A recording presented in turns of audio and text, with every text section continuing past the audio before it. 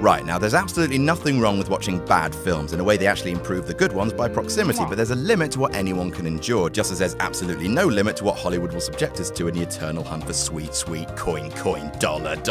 That's why there's another Smurfs movie coming out. Also, because the final celebrity to be killed by 2016 was God and all his compassion. Even for cinephiles who watch hundreds of bad movies a year, there are some frustrating upcoming releases that already look unwatchable. I'm Adam from WhatCulture.com, and here are 10 upcoming movies you couldn't make us watch with a gun to our heads. Number 10, the Willy Wonka prequel. Gene Wilder has only just died, you f***ing monsters. But hey, that's the point. Like the studio rushing out a new Best of Prince CD, we're getting another one of those prequels that utterly ruins an important part of the mythology of the original. Wonka is supposed to be a mysterious figure, driven underground by his competitors. That's the foundation upon which his magic is built.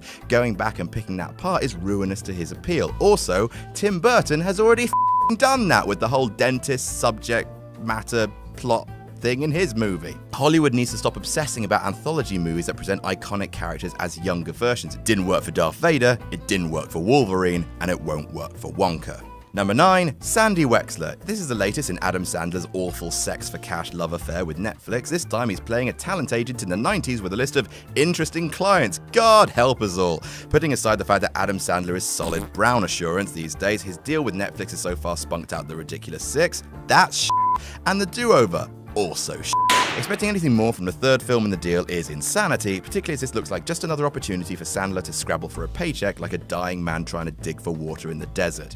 Well, I'm going to get a lot of fun comments from Adam Sandler fans, aren't I? Number 8, Smurfs: The Lost Village. Get f***ed, Smurfs! After 2 woeful films from the must-have cute things dancing to a modern pop song style of animated movie, the world saw a tiny glimmer of sanity when Smurfs 3 was cancelled. However, you can't keep a dead horse down, and a cluster of blue twats are back for Smurfs: The Lost Village. And I don't care how much Mandy Patinkin you put in it, there are some things that don't need to exist, but hey, at least it's got Demi Lovato playing Smurfette. There's a candle of hope in the dark chasm of ball-squeezing despair.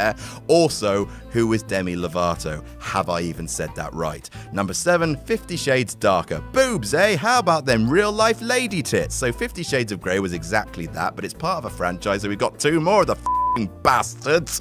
The story for this one is a car crash, including Stacey wondering that Christian will defer to behaviour that literally defines him, the appearance of a professional rival, and a paedophile dominatrix who turned Christian. Also, it's probably going to be about as sexy as a wasp's nest. Number 6, Amityville: The Awakening. The 17th, yes, that's 17th film in the Amityville horror series, sees a rare big screen outing for the franchise starring Bella Thorne, Jennifer Jason Leigh, and the kid who plays the Joker on Gotham. Look, haunted houses are fun, but another idiotic sequel where someone again accidentally moves into the most famous house in history is absolutely not. Amityville no longer deserves to be in cinemas, it deserves to be released on DVD to absolutely no fanfare. No amount of repeatedly peddling the same tat and pretending it's different will change that. Number 5, My Little Pony the movie. Right. Okay, I 100% understand why they're making a My Little Pony movie. I can understand the appeal of the cartoon, even though I'm not a brony, and I am not a brony. I'm not a brony, but doesn't it sound just like the most uncomfortable watch in the world? Going to the cinema, kids to the left of me, 30-year-old men with plushies to the right, stuck in the middle with sad. I'm not a brony.